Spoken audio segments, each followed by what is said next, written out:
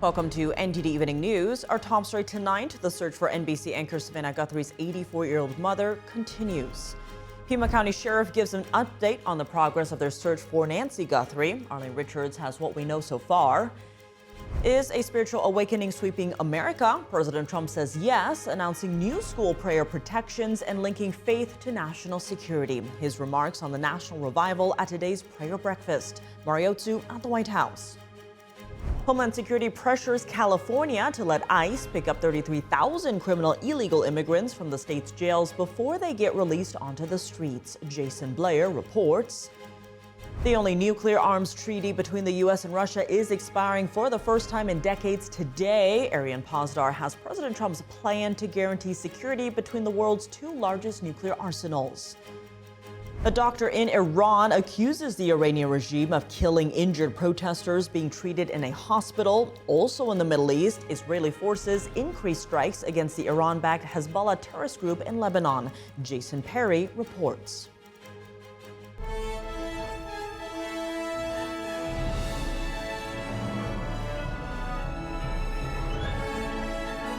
This is NTD Evening News, live from our global headquarters in New York City. Here's Tiffany Meyer.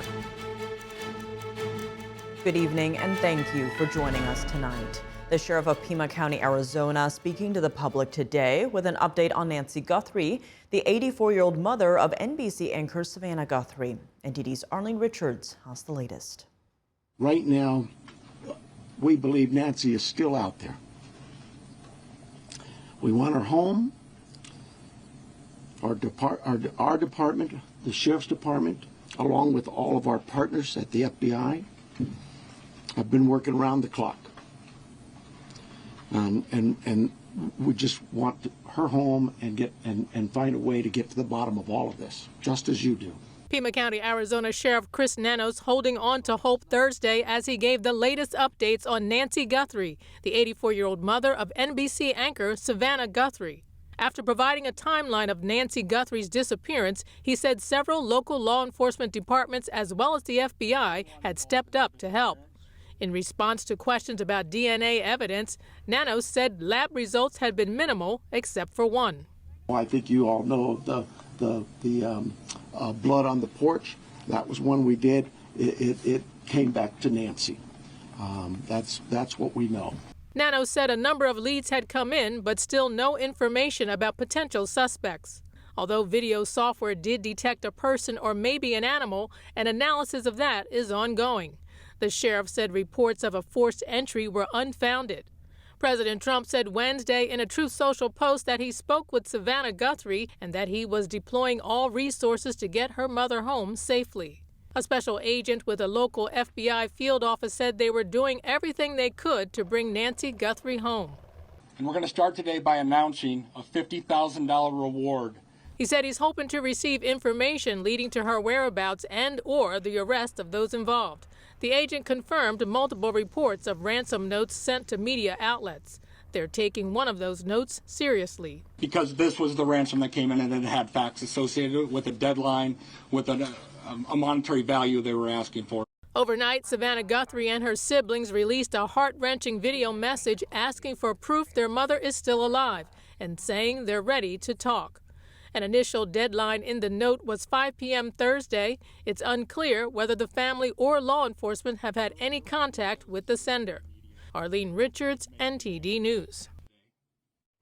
Amid a resurgence of faith across America, President Trump is suggesting this spiritual awakening is fueling everything from historic drops in crime to renewed national strength. Speaking at the National Prayer Breakfast in Washington today, the president rededicates America as one nation under God. We now go live to NTD's Washington correspondent Mariotsu at the White House. Mari, good evening. Tiff, good evening. That's right. President Trump this morning at the National Prayer Breakfast here is touting the strides that his administration has made over the past year in bringing faith back to the heart of American life. That's as he's announcing that the Department of Education today is issuing its new guidance on protecting the right to prayer in public schools. And on May 17th, 2026, President Trump is officially inviting Americans across the nation to come together to the National Mall here in Washington to pray together and, quote, rededicate America as one nation under God. President Trump today is also also celebrating the one-year anniversary of the White House Faith Office and the Religious Liberty Commission, and he's even suggesting that his administration's successes over the past year are due in part to a return to God. Take a look. I've always said, you just can't have a great country if you don't have religion. President Trump has long argued that true national strength starts with faith. You have to believe in something. You have to believe that what we're doing, there's a reason for it. There has to be a reason for it. We're all working and we're behaving. I mean, I behave because I'm afraid not to, okay? Because I don't want to get in trouble. That belief appears to be surging. The president says that in 2025, more copies of the Bible were sold in the U.S. than at any time in the last 100 years. And young Americans are returning to church in record numbers. In the last 12 months, their attendance has nearly doubled compared to 4 years ago. I mean, and maybe that's part of the reason that we're doing so well. There's such great spirit.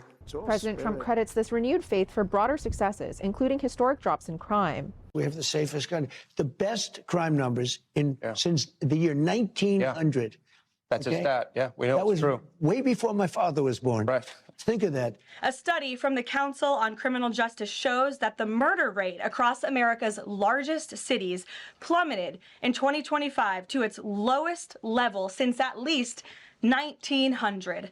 This marks the largest single-year drop in murders in recorded history. The president also ties faith to strengthen law enforcement at home and security abroad. But you can only have peace, I find, through strength. If you don't have strength, peace is very hard. And we have strength. This comes as President Trump is mobilizing every federal resource to help bring NBC host Savannah Guthrie's mother, Nancy, home safely after her disappearance. The president and I were watching the press conference about the search for Savannah Guthrie's mother, which is just a heartbreaking situation. The president, as you all know, spoke directly with Savannah yesterday and told her that the federal government is here to help. Any requests that are made by state and local officials in the search of Miss Guthrie will absolutely be accommodated. And at 7 p.m. right here at the White House, President Trump and Dr. Oz are expected to unveil a new government website at trumprx.gov for American consumers to purchase drugs at lower prices. Tiff, back to you. All right, Mari, thanks for those updates. As President Trump takes center stage at the National Prayer Breakfast, what do people make of his initiatives to prioritize faith and worship? NTD Sam Wong was out on the National Mall in D.C. to hear from Americans. What do you make of President Trump's efforts to put faith front and center as part of his agenda? Because, I mean, we've seen the president establish the White House Faith Office, and what do you make of this undertaking? Oh, I love it. I mean, I just feel like faith, in general, especially Christianity and Judaism, they've all taken kind of like a back seat, but I feel like he's trying to embrace it again and make it like front and center to his presidency. Oh, I think it's wonderful, and I hope that he will continue to protect people having the right and ability to worship as they choose. The country's never been more divided, probably since the Civil War. We need more faith in this country, especially right now. We've gone away from that as a country as a whole, like with not having prayer back in school. Back in school. Yeah. And it's just bringing it back to a faith base, with hopefully it will ease up on the violence. I think that's what had been lacking for the longest time. Didn't matter what president it was or what party they were. That we need to have a country that brings the faith back for everyone. What roles does faith play in the American way of life?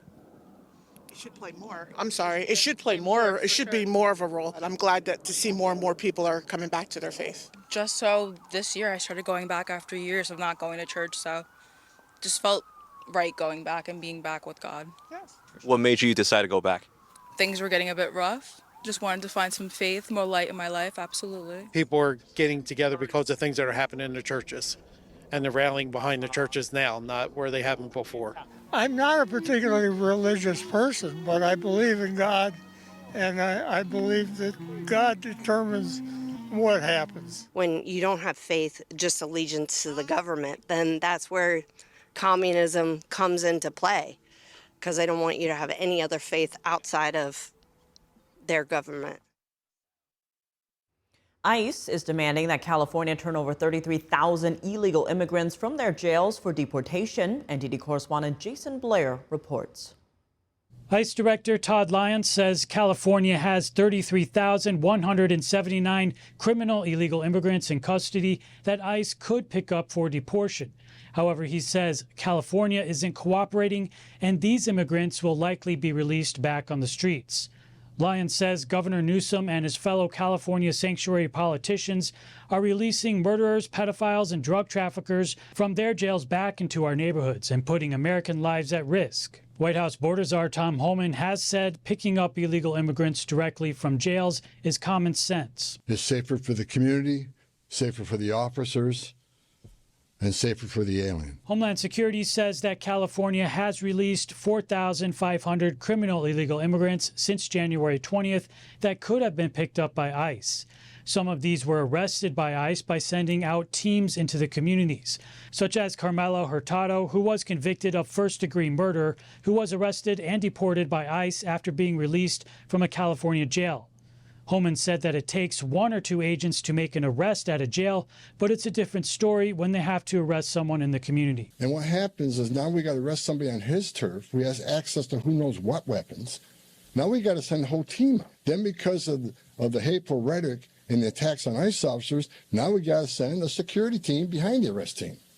So what could have been done with one person in a safety and security jail, now we got 15, 16 people out there doing it. And the DHS announces the arrest of an illegal immigrant who the department says is responsible for killing 4 people in a crash while driving a semi-truck in Indiana.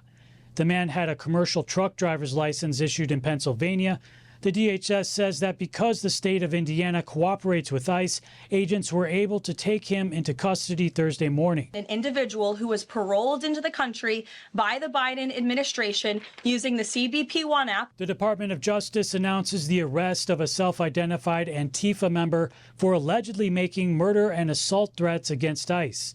Attorney General Pam Bondi says this man allegedly doxed and called for the murder of law enforcement officers, encouraged bloodshed in the streets, and proudly claimed affiliation with the terrorist organization Antifa before going on the run. The DOJ says Kyle Wagner was arrested in Minneapolis and is facing federal threat and cyberstalking charges. Reporting in Washington, D.C., Jason Blair, NTD News. How does better cooperation from local police change the picture for ICE? And is any current litigation relevant to the DHS's operational authority? Hear from former federal prosecutor Jim Trusty tonight on Capitol Report with Steve Lance at 7 p.m. Eastern Time. And since lawmakers ended the partial government shutdown, the clock has been ticking on DHS funding. Democrats unveiled their official proposals today to reform the agency, while President Trump vows a drawdown of ICE agents in Minnesota. NTD's Melina Weisskopf reports. On Capitol Hill, lawmakers are at the very beginning stages with regards to how to make changes to ICE policy. But they need to reach a deal by next Friday, and lawmakers already acknowledge that this is not going to be an easy task, just simply because of how sensitive the immigration issue is on both sides of the aisle. Democrats have officially unveiled their demands on paper, and what they put forth on paper so far tracks with everything that we've heard from their side of the aisle verbally. Democrats want agents to no longer wear masks. They want them to show their ID numbers, and they also want to expand judicial warrants and protect sensitive locations. There are certain places they shouldn't be able to go in: churches, synagogues, schools, election places. Now, Republicans have said they are open to certain changes that Democrats have put forth, but not all of them. Some sticking points include issues like removal of masks and showing ID, because Republicans, specifically House Speaker Mike Johnson, says that this level of exposure could allow criminals to target ICE agents and their families. Because unlike your local law enforcement in your hometown, ICE agents are being doxxed and targeted. We have evidence of that. Everybody knows that is happening. Now, Republicans have also pushed back on Democrats' demand to expand judicial warrants because they say this could create more red tape and bureaucracy and ultimately slow down enforcement efforts. But lawmakers, including Senate Majority Leader John Thune, has already said that they'll likely need more time for negotiations. I had argued at the time was way too short to allow anything consequential to happen. Because of slim majorities in both chambers, any one lawmaker could ultimately slow the process. Reporting from Washington, D.C., Melina Weisskopf, NTD News. The nuclear arms treaty between the U.S. and Russia expires today, ending limits on the two superpowers' nuclear arsenals for the first time in decades. President Trump is already proposing a solution. NTD's international correspondent Ariane Pozdar has the story. The president wants to have our nuclear experts work on a new, improved, and modernized treaty that can last long into the future. The last remaining nuclear arms control treaty between the U.S. and Russia is expiring on Thursday.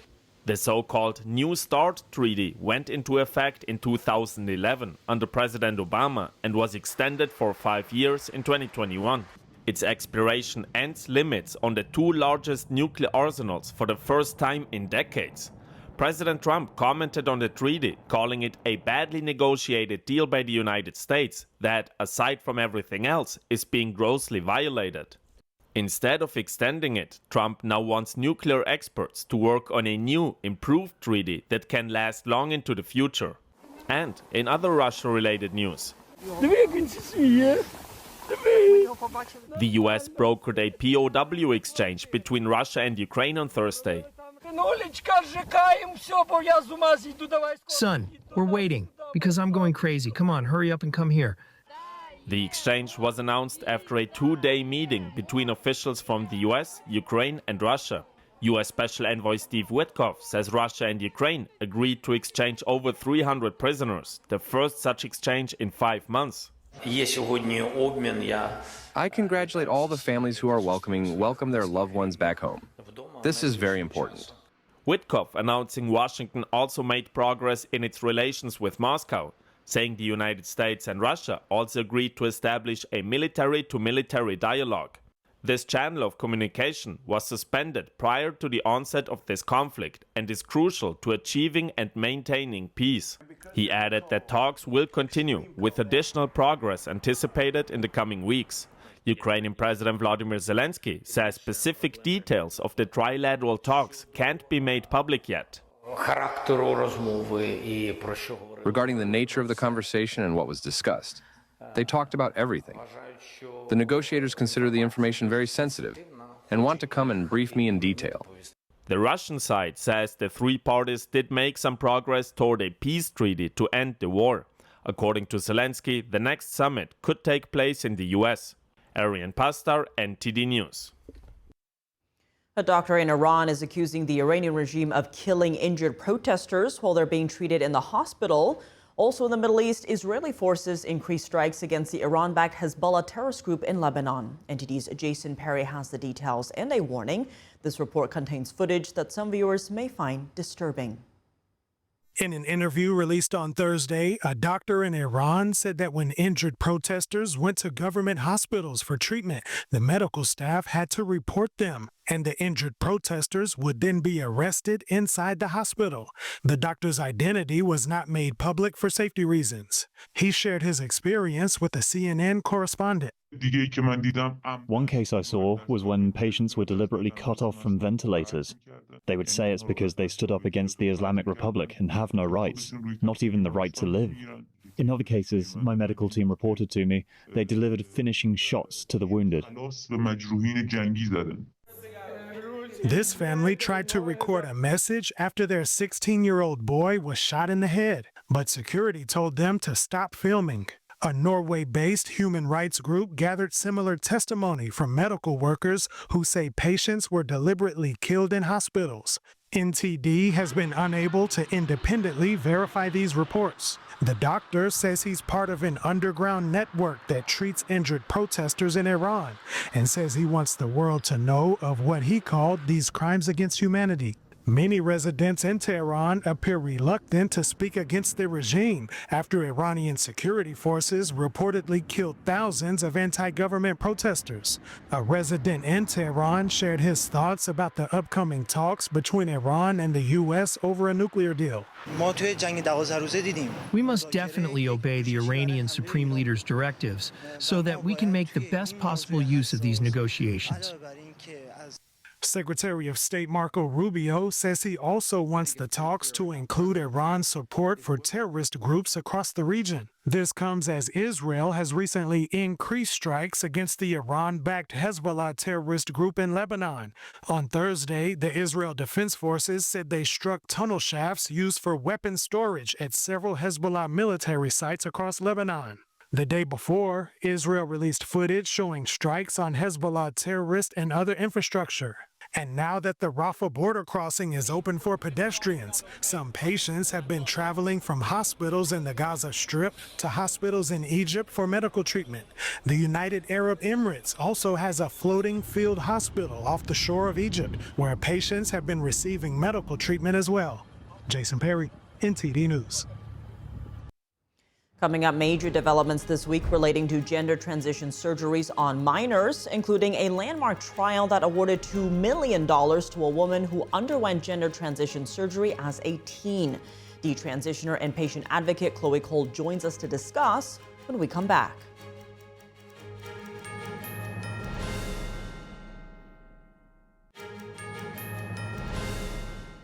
Welcome back. I'm Tiffany Meyer. Major developments this week relating to gender transition surgeries on minors. On Tuesday, the American Society of Plastic Surgeons announced its opposition to carrying out breast removal and similar surgeries on those under 19 years old. This comes on the heels of a first-of-its-kind jury verdict against medical professionals, awarding a young woman $2 million. The landmark verdict out of New York held a surgeon and psychologist liable for malpractice. The pair had facilitated the double mastectomy for then 16-year-old Fox Varian. Also earlier this week, pediatric healthcare provider Children's Minnesota announced it may stop certain gender transition procedures, including puberty blockers for minors. Joining us now to discuss these latest developments is detransitioner Chloe Cole. She's a patient advocate at Do No Harm. Chloe, thank you so much for joining us. Great to see you again. First, what was your reaction to this ruling? Thanks for having me again. I think that this has been one of the single most successful weeks that we could have possibly had in the movement for protecting children from transgenderism, with this verdict in Fox Varian's case and with major medical organizations coming out now to say that they are against the use of these surgeries in minors. And Chloe, as we've mentioned before, you underwent some irreversible procedures and you filed your own lawsuit in California. Has this landmark ruling given you and others more hope that accountability is coming?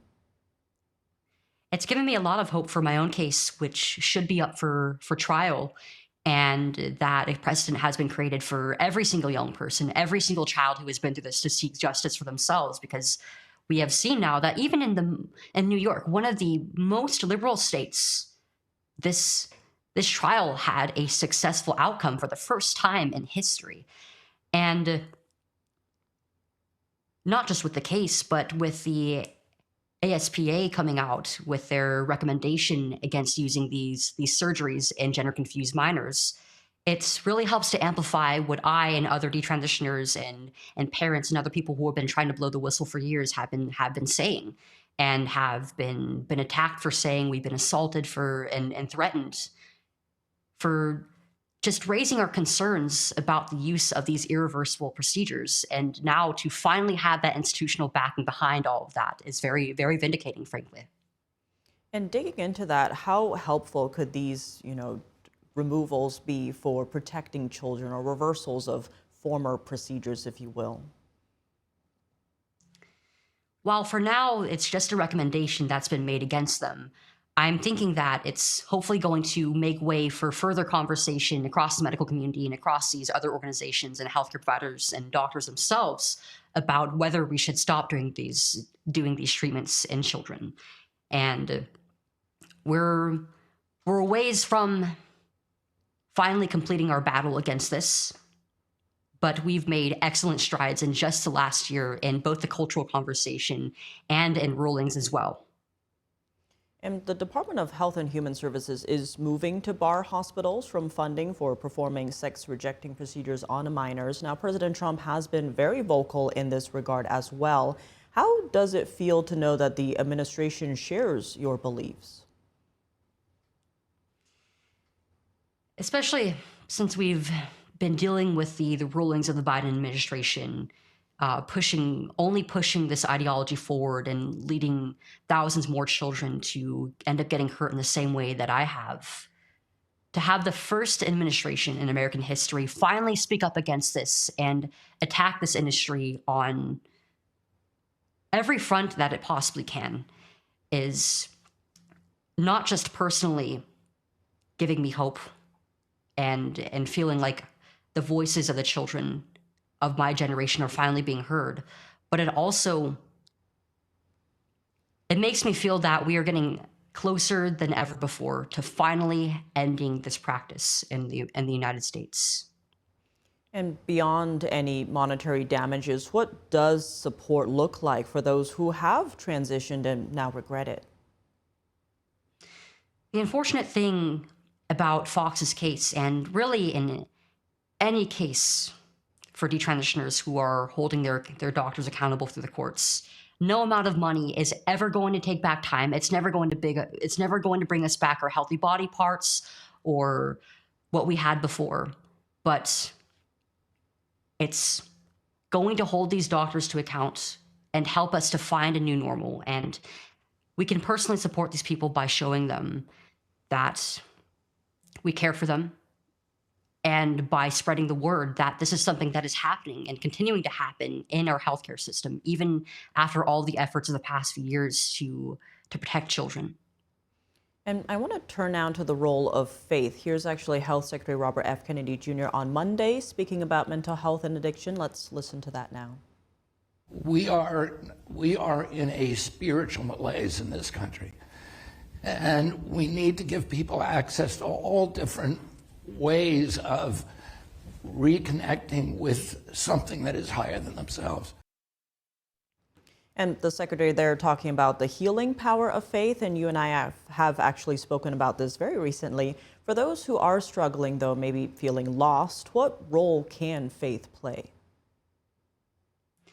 For years, I struggled to even have a faith or conceptualize that there was a God in the first place, because I was raised in a pretty atheist household, and I also was a very science-focused person for most of my life. But I think that faith is the single greatest missing thing in my generation that is causing the overall identity crisis that's happening amongst young women and young men my age. And it is accepting that God created me one way, in a loving manner, in his own image, and that he is using every single one of my experiences, even the more painful parts of my life, for good. That has given me greater resolve in what I do today and in my healing from everything that's happened. Well, Chloe Cole, as always, thank you so much for joining us. Thank you for having me again.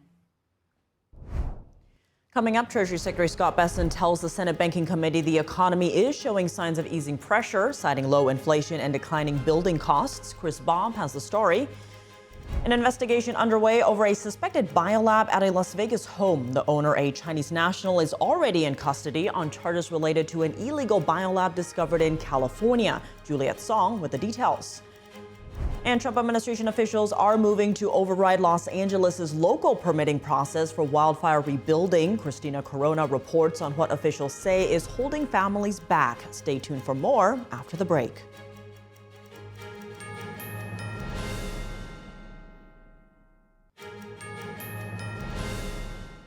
Welcome back. I'm Tiffany Meyer. Federal authorities are now investigating an illegal biolab at a home in Las Vegas. The owner is a Chinese national who's currently in custody. He was arrested 3 years ago for running an unlicensed biolab in California, where officials found about 1,000 mice engineered to carry COVID-19. NTD's Juliet Song has more. Investigations are underway over a suspected biolab found inside a Las Vegas home.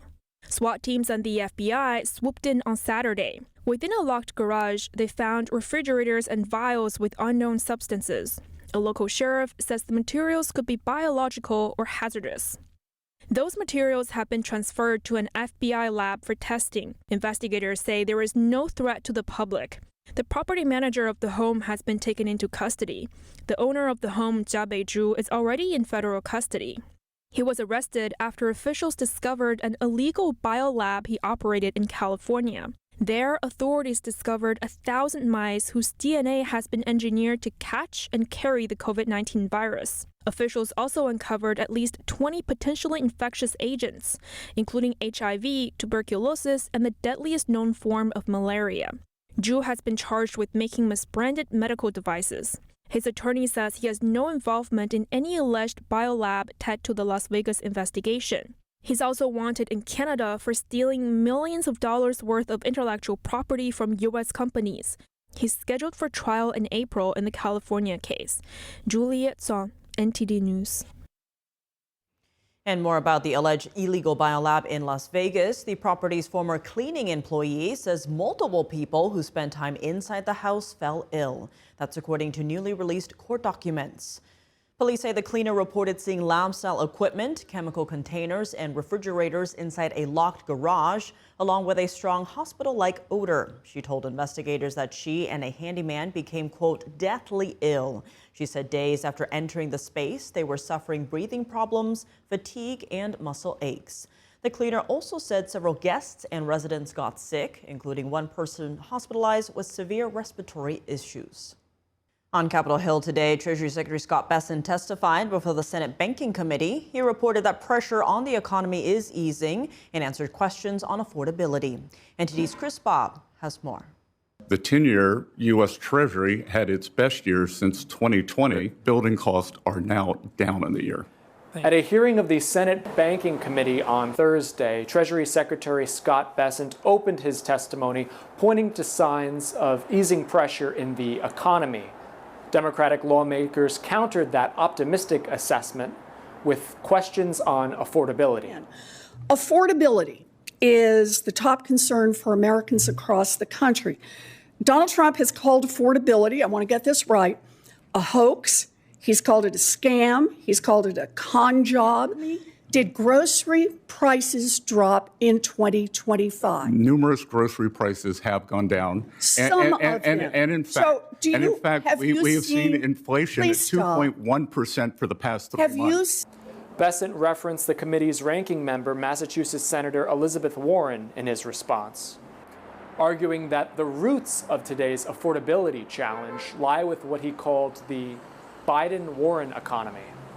Senator, it may be a bit nuanced for you, but when it was you and President Biden who destroyed the buying power of the American people. So there is an affordability crisis, and you were front and center in it.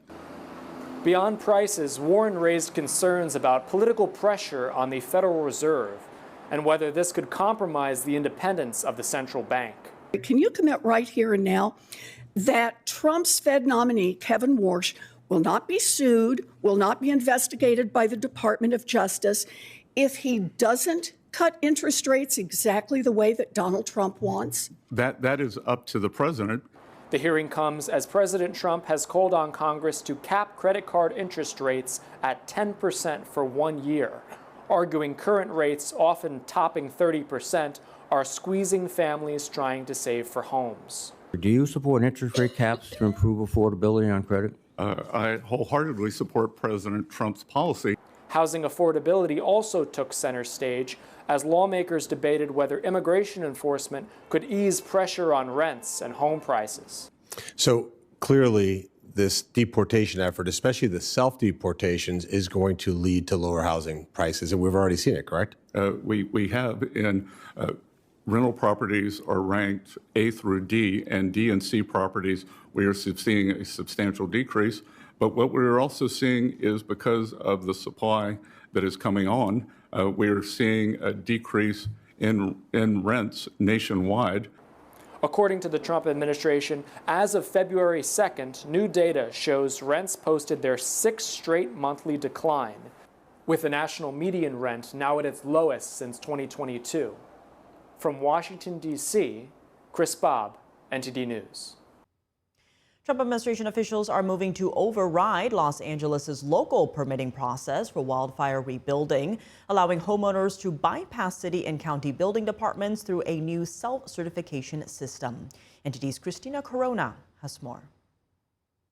Environmental Protection Agency Administrator Lee Zeldin and Small Business Administration Administrator Kelly Loeffler visited Pacific Palisades to meet with LA Mayor Karen Bass and county officials about speeding up wildfire rebuilding. Zeldin told news outlets concerns include insurance delays and water infrastructure.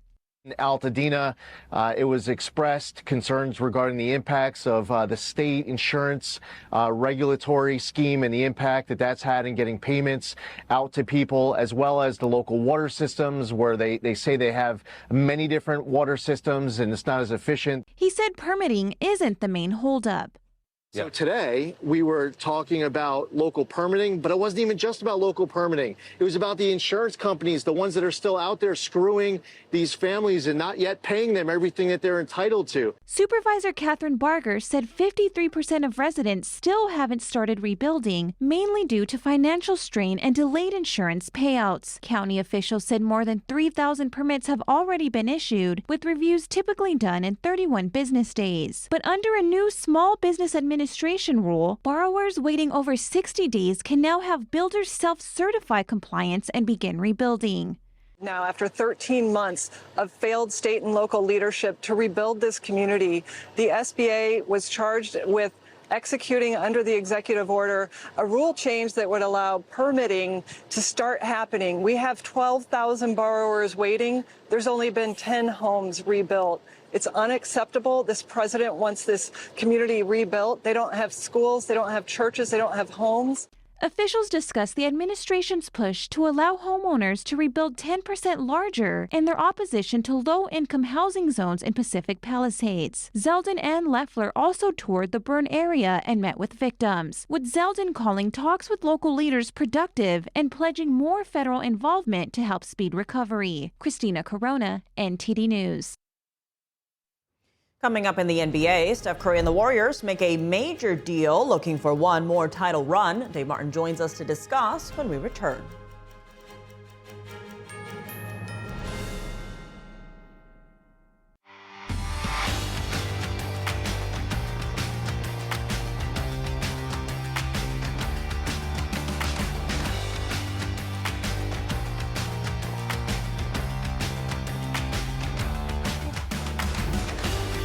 And now for your sports news, we're joined by NTD's Dave Martin. Dave, we've got some NBA, some Olympic news, but let's start in Major League Baseball as the Detroit Tigers have reportedly agreed to sign All-Star pitcher Framber Valdez to a 3-year deal worth more than $100 million. What did you make of this?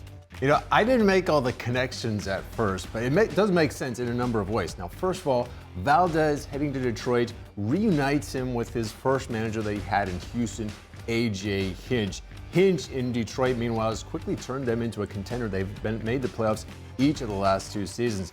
It also gives Detroit some insurance should they not be able to re-sign their own ace, Tariq Skubal, beyond the season. Now, Skubal is the reigning 2-time Cy Young winner in the AL, who is going to be a free agent after the season, unless the Tigers can somehow sign him to an extension this year, but based solely on rumors, that seems very unlikely at this point. Now, Valdez has not won a Cy Young, but he makes for a very good number 2 starter behind Skubal. He's a 2-time All-Star who's finished in the top 10 of the Cy Young voting 3 of the past 4 seasons. Now, this contract he's reportedly agreed to is for 3 years worth $115 million. It has not been confirmed by the team.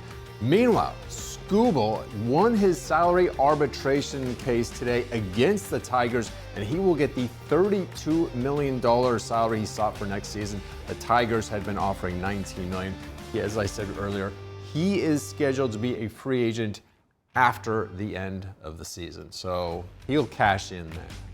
All right. Well, how does this Valdez deal compare to other ones? Well, you know, I would guess for when Skubal goes to free agency, this $115 million will seem pretty small. I mean, we look at Shohei Ohtani, obviously, is the highest up there, $700 million over 10 years. But of course, he pitches and he hits. Nobody else even does that. Even the split in half, $350 million is still 3 times this deal. It's still a very good deal. It's a little bit shorter than I would have expected for a 31-year-old with his kind of track record. But, you know, I would take $115 million too. Add some zeros. Moving to NBA. I have my own standards, though. All right. In the NBA, though, the Golden State Warriors have reportedly acquired center Kristaps Porzingis from Atlanta. Did this trade surprise you at all? Yeah, it actually did. I mean, only because I figured if they were going to make a deal, they would trade all-star Jimmy Butler, because Butler is right now out for the season with an injury. I mean, he really can't help them win this year. And I mean, essentially right now, they're in a race against the clock to get at least one more title opportunity for Steph Curry, you know, while he's still a very good player. I mean, he's 37 right now, but it's certainly getting up there in years. So with this deal, they keep Butler, they keep Draymond Green. Instead, they trade away Buddy Hield and Jonathan Kuminga. I think it's a very good trade for the Warriors. Now, Kuminga and Hield are very good players, but they have not played as much recently. Meanwhile, for Porzingis, this is his sixth different team. He's only 30 years old. He is very good, though. His only problem mainly has been staying on the court. Now, this season for Atlanta, he's only played in 17 of a possible 52 games. Right now, he's missed the last 5 games with a bone bruise, but that's not considered season ending. But anyway, if Curry, Butler, Green are all healthy, along with Porzingis, I think it's a very good team. Now, all 4 of them won't be at least healthy until next year, though, Tiff. But at least these 3, that gives them a pretty good anchor in the middle. You know, the Warriors' title run, they've never really included a very good center, and so they get it with this one. Are there like more injuries? It seems like there are in the NBA, you know. It seems like it's been wrecking the playoffs every year. This certainly wrecked, you know, when Jimmy Butler got injured, that certainly wrecked the Warriors team. We saw last year, you know, Jaylen Brown of the Celtics, once he went down, well, that was it for them. Then in the finals, you had Game 7, that one guy tearing his Achilles. They were out for well, he was only out for the game, but it pretty much, when your best player goes down, it's tough to win the game like that. So you are correct, Tiff. You're really into these sports. I'm very proud of you. I've been injured before. Moving to Olympic news, the opening ceremony isn't scheduled until tomorrow, but there are a few events that have already started. Do you have any updates on what's happened thus far? Yeah, if you were watching the events today, you likely saw some curling events, mainly mixed doubles, plus Team USA's women's hockey team beat Czechia 5-1. Also, some men's snowboarding qualifying events were today. Now, there have been no medals awarded yet. But speaking of snowboarding, American women's snowboarding star Chloe Kim, somewhat in a similar situation as Lindsey Vonn, who we reported on this week, both dealing with very significant injuries just before the game start. Now, Vonn, she had that ruptured ACL. Kim, meanwhile, she dislocated her shoulder and suffered a torn labrum back on January 8th, so not quite a month ago. She's though won back-to-back golds in the women's half-pipe competitions at the last 2 Olympics. That's 2018 and 2022. No one has won 3 in a row, but she is sticking with the Olympics, and she's going to go for that 3rd in a row this time.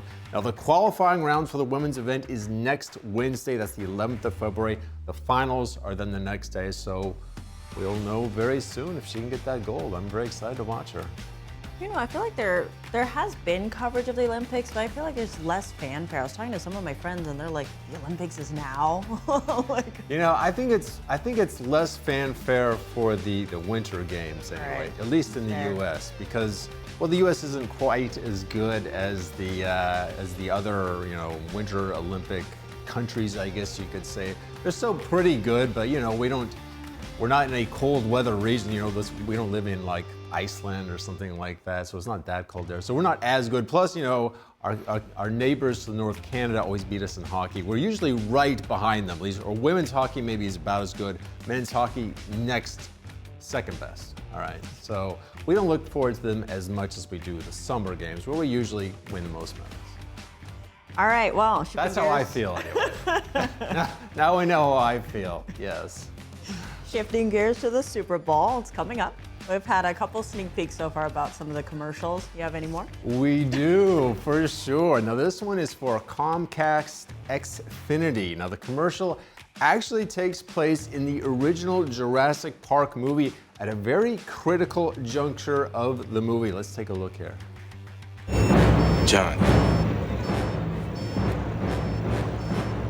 I can't get Jurassic Park back online without... Whoa, this place is awesome. By the way, you should have plugged this in.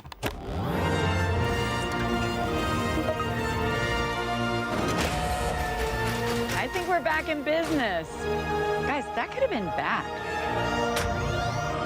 So we're good. Well, this is going to be a lovely weekend. How did you do this? I'll show you. If you like salt scrub made me feel 33 years younger.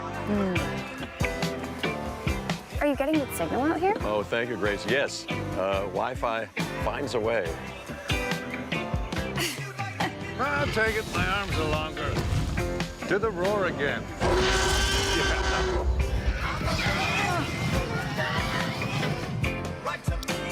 That is one big pile of shrimp.